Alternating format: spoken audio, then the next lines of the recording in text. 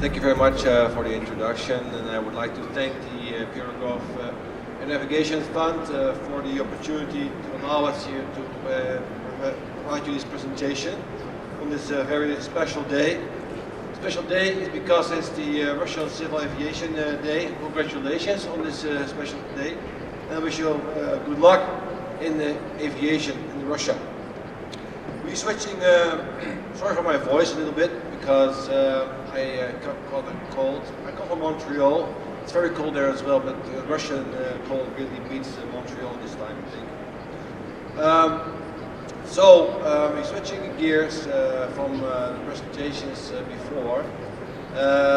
My colleagues, the director, provide a high-level overview, and Mr. Silva, my colleague, went a little bit more depth on the GAM, and I provide you some information on one of the key enablers within the GAM itself. So my presentation is titled the PBN implementation and the future evolution of the navigation equipment.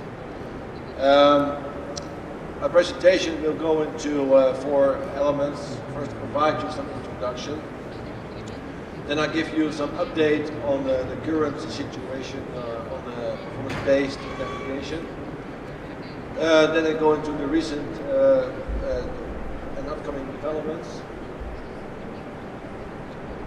And then finally, I provide you some PBN strategy in line with what was just mentioned on the aviation system block upgrades.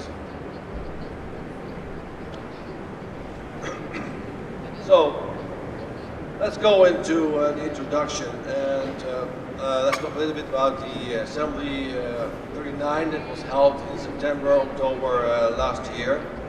As well as just mentioned, as was just briefed, the global plan, the Global Aviation System Safety Plan, and the Global Aviation Navigation Plan were both approved by the Assembly. And the highlight for in relation to PBN was that it was again mentioned for the 2016 plan as one of the key enablers for navigation services. So it was urged that the states should continue continue implementation of PBN. So why do we want to continue to urge PBN implementation? What's the main question of that? So let's look at the global traffic forecast. It was also briefed just now that air traffic is predicted to double every next 15 years. And it is our collective responsibility to allow the aviation system to safely and efficiently realize this growth. And this PBN that can provide this growth as an enabler in different areas, for the routes, for arrivals and departures, as well as for the approach terminal areas.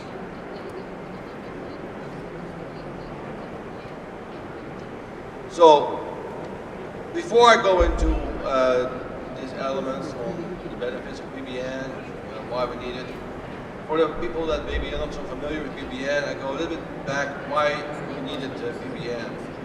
As you are very familiar with RNAV, RMP, Indian cockpit, FMS procedures, and so on, you know that they were not consistently applied around the world. There was no central focus or control for this kind of procedures, and as a result, there was no implementation whatsoever for this type of operations, neglecting the new capability on the aircraft. So that's how we developed the new standards for PBN, providing a legal framework that could actually allow to implement the new capabilities on board these aircraft and to work into an ATM system. The main idea behind PBN is how we develop this. It's a low-hanging fruit. It's a key enabler that allows not much investment. Yeah, it's already on board of the aircraft. Yeah, so it doesn't allow new investments. So that's the basic idea behind PBN. So this is how we developed the concept. There's 2 types of navigation specifications that we have is the RMP specifications that are require onboard performance monitoring and alerting for specific phases of flight, for the en route remote operations, for continental operations, arrival departures, and also for approaches as well. For now, they are all 2D navigation with some 3D navigation as well. For the RNAV applications, we have a limited number.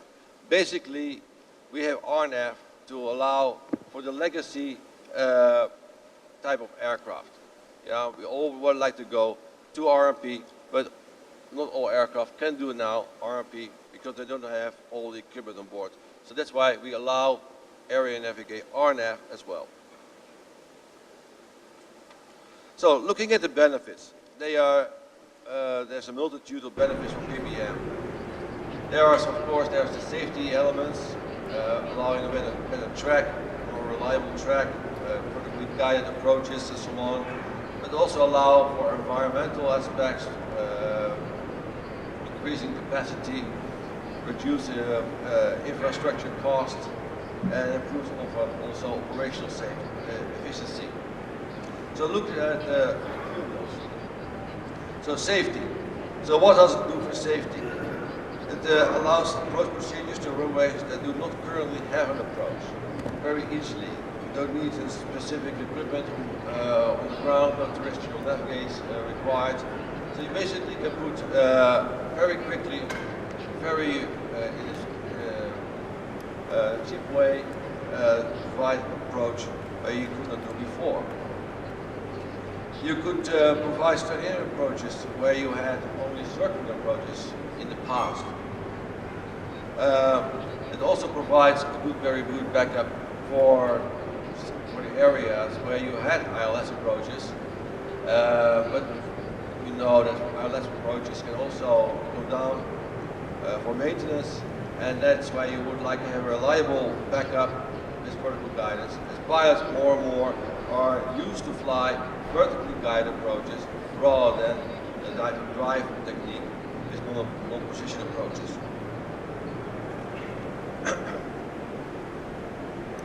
For efficiency, it provides an increased airport accessibility. You know, where you had before different non-position approaches, NDBs, very unreliable, VORs, etc. You now have a more efficient approach with PBN. It also have an effect to the social economic aspects. There's a reduced infrastructure operating cost. Reduced fuel burn and CO2 emissions. Yeah, you have a more efficient path, it's more predictable, it can be completely operated by the FMS, it's completely calculated by the aircraft itself. Because of PBN, you don't rely on the navigates, so you can have flexible, more flexibility in designing the procedures where you want them, so you can avoid more sensitive areas, for example. It supports continuous descent operations and also final operations. It provides an increased, an enabler for increased capacity for your airspace, because as I say, you have more flexible opportunities to provide your routes and your procedures, as opposed to when you only were relying on your navigates before, or conventional procedures. And also, PBN can be applied for user-preferred routing. So, let's look now into what are the updates on the current situation.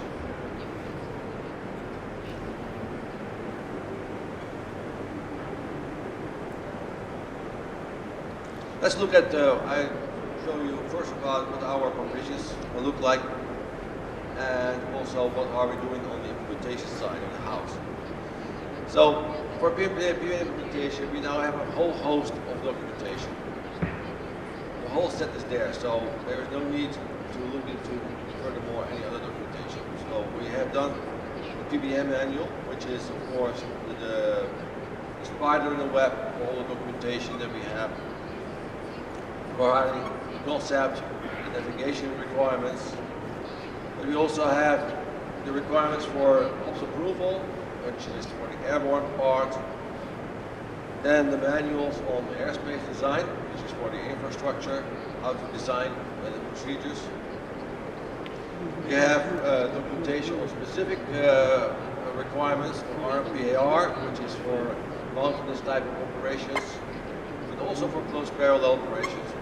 RMPAR is going to be used for high density airports as well, closely spaced parallel operations. We have our machine design requirements, both volume 2 and 1 of PANS Ops. PANS Ops is volume 2 is for the machine designer. PANS Ops volume 1 is providing the requirements for the pilot and PBN. We have the CDO, CCO manual, and we have the quality assurance manual. Going to have a little bit of a look into our two main documentations. First of all, the update on the PBN manual itself.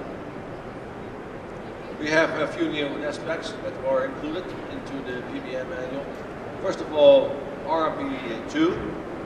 RMP2 is an en route NASPAC, which can be applied for domestic en route, but also for remote and oceanic en route operations. We now have also our radius to fix functionality included into the documentation that can be applied to all the navigation specifications. Radius to fix provides you a very predictable turn radius, which is very good into when you want to separate the aircraft within the area, in the terminal area. It also provides you a very good tool for avoiding noise-sensitive areas. Then we have a new aspect for specifically for helicopters. This RMP.3 provides you a solution for en route, departures, and arrival all the way through for helicopters. And last but not least is what we call advanced RMP, which is the all-in-one NASPAC, which was created especially to assist the industry. Because as you see, all the new NASPACs is quite costly to certify each aircraft, each separate NASPAC. So it would be very good if you have just one NASPAC and you're good to go for all of the operations. So that's why we have advanced RMP. So it's a NASPAC that is specifically designed for certification of the aircraft. What's the other document that I would like to highlight here as the Ops Approval Manual. So the Ops Approval Manual, second edition, was recently published, and this provides the regulator all the job aids that is required to actually improve the aircraft. Why I like to highlight this? Because this is a very essential element in the PBN operation. You see that regulators are a little bit behind in the whole development of PBN. And navigation service providers are, they know how they have to handle PBN, but the regulators are still behind. And we're currently focusing on this for the regulators, and especially in the airborne area for the approval of the aircraft. You cannot fly procedure on PBN without an approved aircraft. You cannot have an approved aircraft without a regulator how to approve the aircraft. So that's why the PBN operations Ops Approval Manual is so important. And this has now been updated with the latest navigation specifications that I've just mentioned. So this is shortly about update about new material, guidance material, provisions in ICAO on PBN. So what about implementation itself? Because implementation is what it's all about.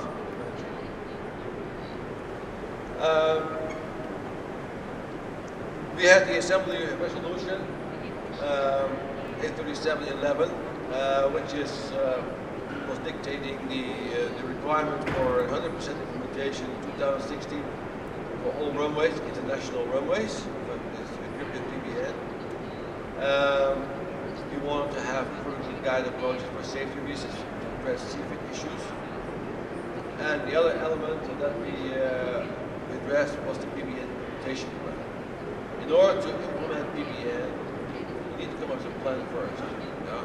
That's what Mr. Da Silva just mentioned. We need to have a plan first and then have the action. Right? So let's talk about the plans and the implementation of the actual procedures a little bit now. Worldwide, we see that it's going quite well. So all the states there in green, they all have an implementation plan. And luckily, Russia is all green. So you have an implementation plan, and we'd like to congratulate you on that. You can see that in some parts of the world, we still are having some trouble. And we're working on those elements now, closely with the regions. We have certain offices, we call flight procedure offices in those areas, trying to close the gap. But in Russia, you're fine. And this is your document that you have. It's the Russian PBN implementation plan, and that was developed by yourself in 2013 by the Russian PBN task force. It provides the plan based on several benefits: increase in efficiency due to reduction of the route lengths that you have provided, increased capacity, safety improvement, improvement of airport access, reduced delays, decreased crew controller workload, and reduced noise over populated areas. Basically, similar type of elements you addressed, as I just mentioned generically just a few minutes ago. So, congratulate you on having this plan. But now it's come time to actually implement it and look at the implementation right now. So, what is the worldwide implementation rate for approaches? Look at this. Basically, around the world, we have about 3,500 international runway ends, instrument runway ends. At this stage, we have about 62% PBN implementation. 62%. It looks good, but we're not there yet. Because as you may remember, by 2016, which was just 2 months ago, we should have 100%. So we're not there yet. But it looks quite good already. We are in the right direction, especially considering the fact when we started in 2008, we barely had any implementation at all. So we are a far cry away already from what we had before. So that is going in the right direction, but we're not there yet. But PBN is not always perfectly guided approaches. There's support for perfectly guided approaches. I'll show you here. Next slide.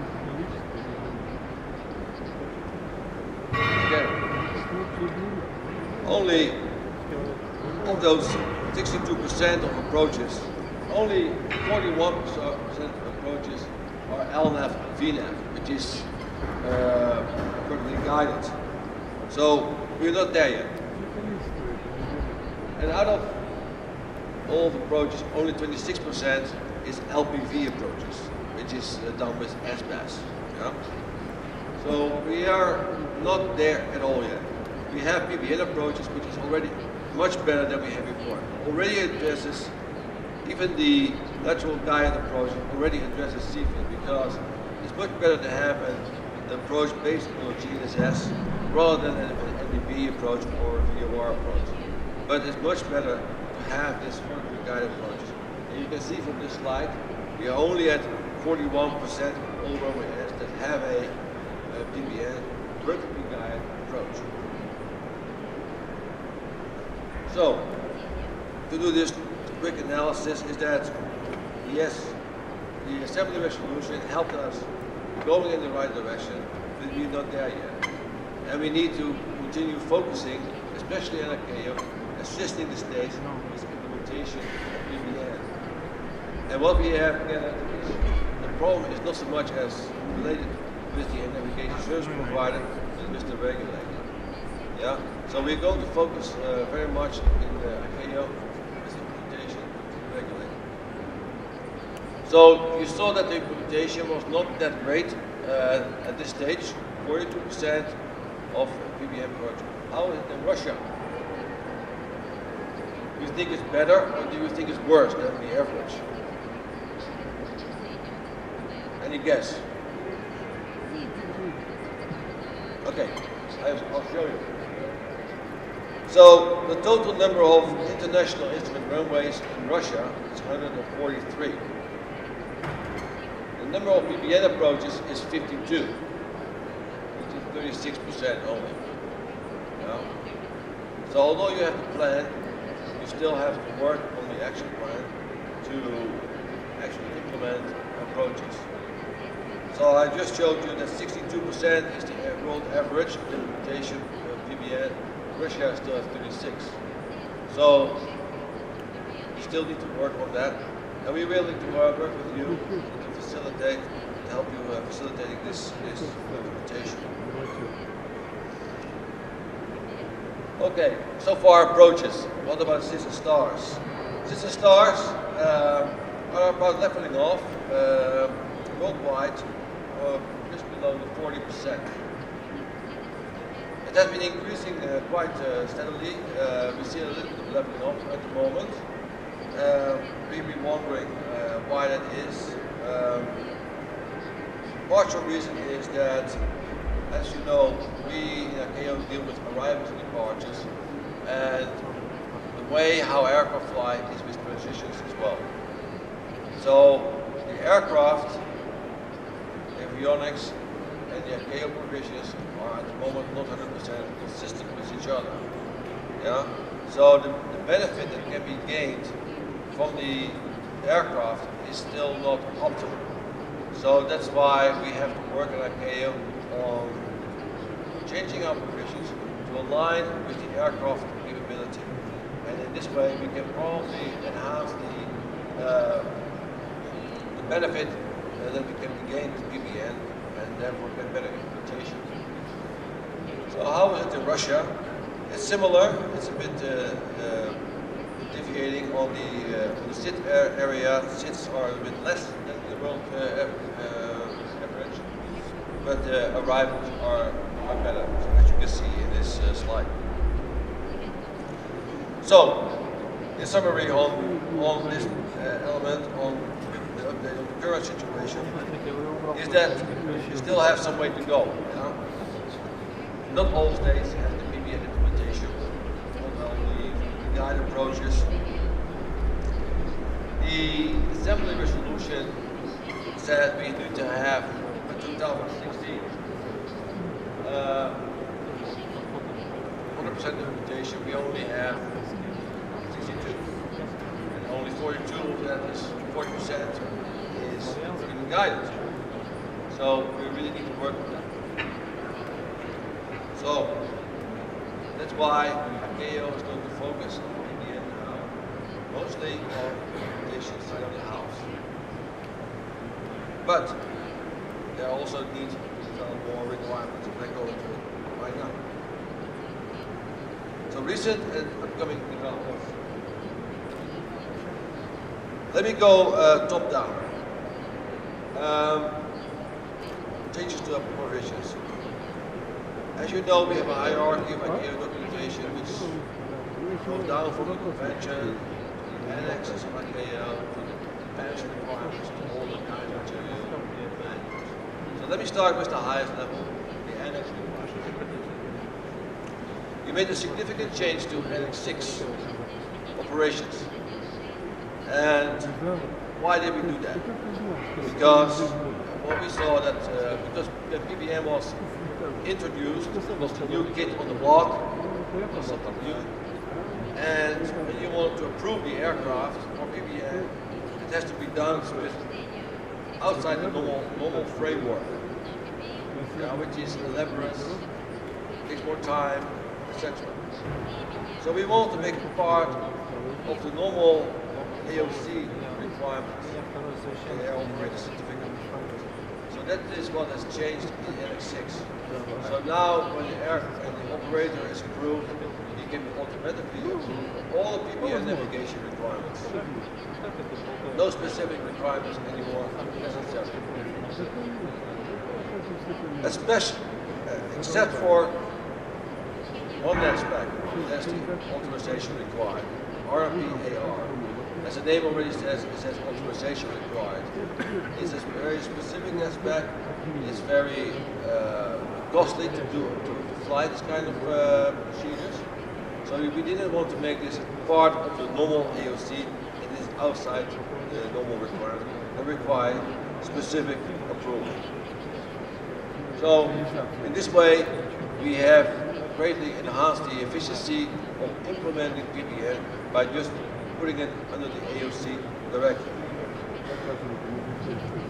The next one that we did is developing the requirements in PANS Ops. That's the next level down, requirements for PBN in PANS for the pilot. Before it was only contained in guidance to the PBN manual. So all the requirements of PBN were just guidance, which is not very good for legal framework. So at the moment we have now a new structure for PANS Ops only one for pilots. It all has new PBN content.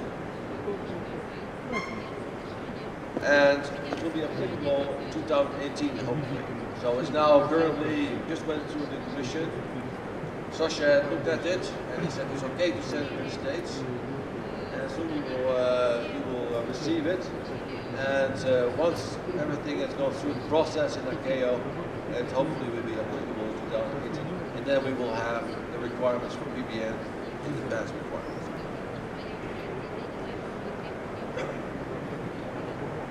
We're also working on a new PBN manual, 5th edition. As I just mentioned, we had updated the manual 5 years ago, or 4 years ago, I should say 2013. At the end of 2017, beginning of the next year, we will have the new requirements for PBN. As I mentioned, we have RMP-AR, which is for approaches. RMP-AR, as I mentioned, is for difficult terrain, high terrain, mountainous areas. If you want to get into a mountainous terrain, landing there, you also want to get out. That's why you need departures as well. So the new manual will contain RMP-AR for departures. It also contains guidance on the use of radius to fixed legs. I just mentioned the advantages that you can have with radius to fixed legs. It has a radius to fixed legs provides you like a railroad in the sky, which provides the aircraft an exact route in the sky when they're doing the turn. Not anymore depending on the wind factors and so on, which is very good and can be very handy in certain airspace. But what we see is that people are going to use it everywhere. But aircraft are always equipped with it, and it's always beneficial to do that. So we provide the guidance to the States when and when not to use this kind of legs in the design of procedures.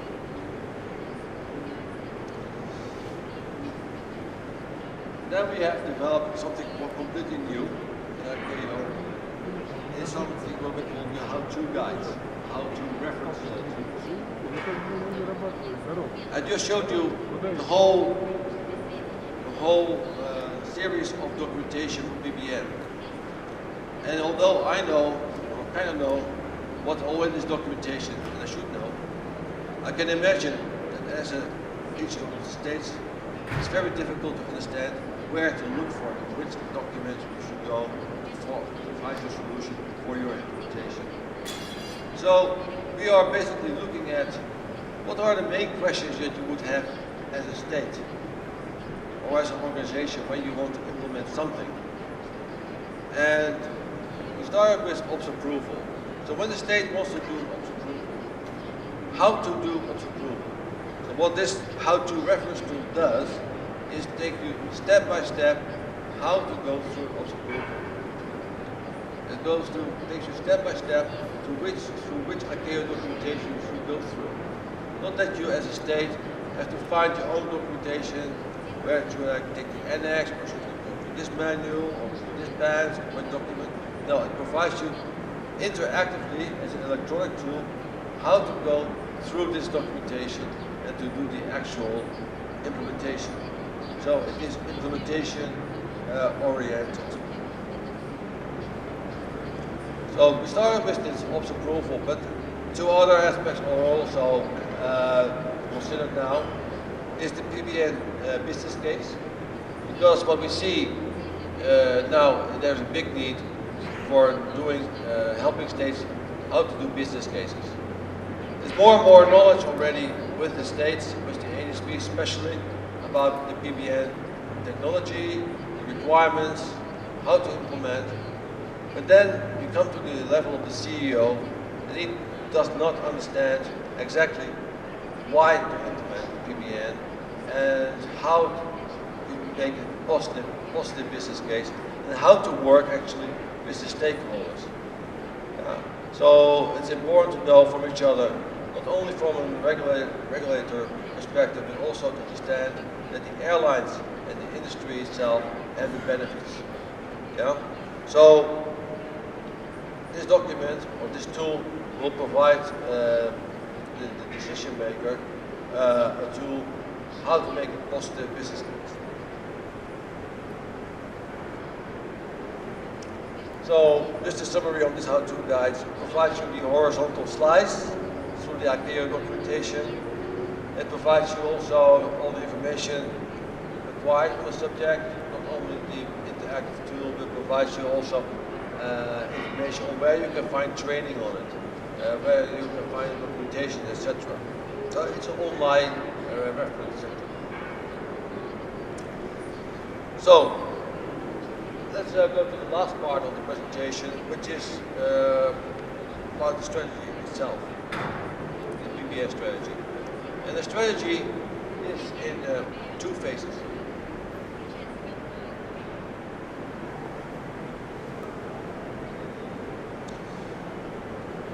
First of all, to consolidate the PBN concept. Yeah, we need to ensure that what we have now is workable. Yeah, you've seen that we have all the documentation; it's all there. There are still a few things that need to be addressed at this stage. It's not all done at the moment. So we have to do a gap analysis and see what still has to be developed. We need to help you with the implementation. So consolidate what we have now.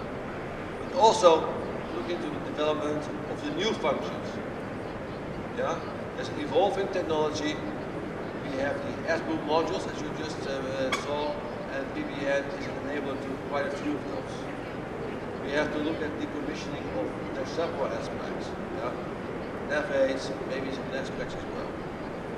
So looking at the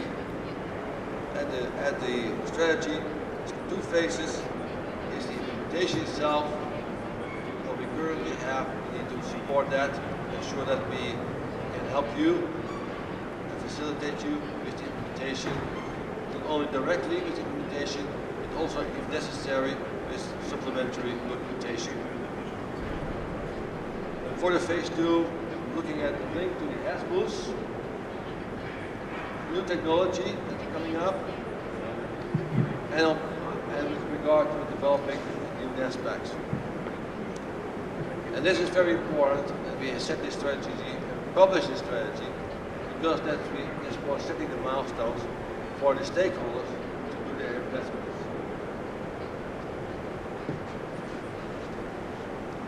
One of the key elements in the implementation gap that we're looking at is, first of all, like I just mentioned, and that's one of the things that we want to do is the business case, is the commitment from the decision makers.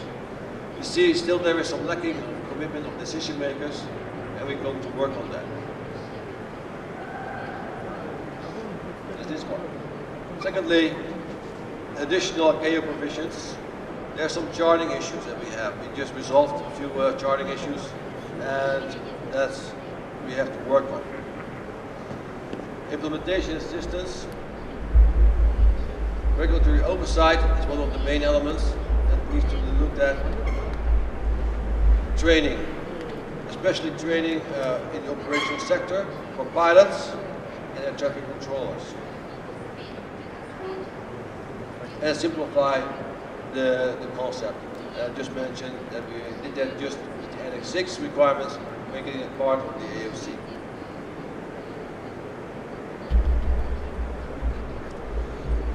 Then, looking at the future, the strategy. PBN is an enabler to several modules in the AdBlue concept. You can see the several threads, as just Mr. Silva just mentioned, and provide enablers to that, to those. And I show you just very quickly to which kind of modules they provide as an enabler. Is the improved airport access, is the departure and arrival management, trajectory-based operations, continuous climb and descent, and enhanced route trajectories. And as it was also explained, it will play a role in the different blocks. I won't go into the details of it right now, but you can see that PBN can play a role in different areas. Technology-wise, first of all, we're going to deal with new kind of satellites, multi-frequency, multi-constellation. We need to deal with those new upcoming elements as well. GLONASS, of course, we have already, currently mostly depending on GPS. Beidou, Galileo coming in. Our panels, especially the NSP, working on looking into a framework on how to combine these kind of constellations. Look at multi-frequency. It can provide benefits to us. It can provide lower minima, for example. So we need to see how we can integrate these kind of new technologies into the system without overcomplicating it. Because we still have to look at what are the benefits without overdoing it. Navigate infrastructure. We cannot do away with the complete Navigate infrastructure. We're depending on GNSS at the moment for the most. We do away with most of the terrestrial Navigates. But, as you know, there can be a lot of interference, jamming, all kind of interference with GNSS. So what do we do in such cases? So we need to have a basic set of ground terrestrial Navigates. And we're looking mostly to DME at this stage. Avionics. This is very important. We have to deal with the industry, manufacturers, because they cannot change that rapidly. We cannot change an annex tomorrow and expect the industry to follow the day after. Yeah? So we have to work with the industry and go hand in hand with industry to make sure that we, on both sides of the house, are compatible with each other. Developing an aspect. As you see, we did just develop a new NASPAC, AR departure. But what about, for example, the new phenomenon, the drones? Yeah? What about those new type of vehicles? What about the decommissioning for NASPACs? We develop new NASPACs, but we also have the old NASPACs. Shouldn't we do away with them? Because we don't like to overcomplicate the system and keep it as simple as possible. And what about, for example, new elements like free routes? Do we need PBN for that or not? Yeah. So those are all questions that we have. We need to take a look at that. So it's all very important to setting all these milestones. To look in the strategies. It's important for the regulators. It's important for the training institutes. Yeah? It's important for the industry, the avionics manufacturers I just mentioned. They cannot go along with us very quickly.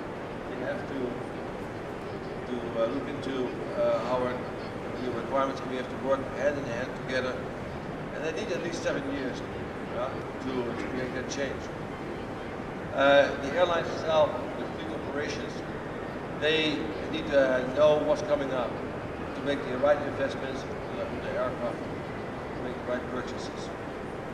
So, on my last slide, I just would like to emphasize that we're not there yet. We are getting there. Implementation is ongoing. We have momentum. Yeah? A lot of work to be done. We are going to focus ourselves together with you, mostly on implementation. Yeah? Because what we have now is the current navigation specifications. But we also working on looking at the way forward. Is there a need for further improvement in navigation specifications to assist with the S-move block upgrades? Yeah? And with all that, we cannot do it alone. It's something that is not dictated by ICAO.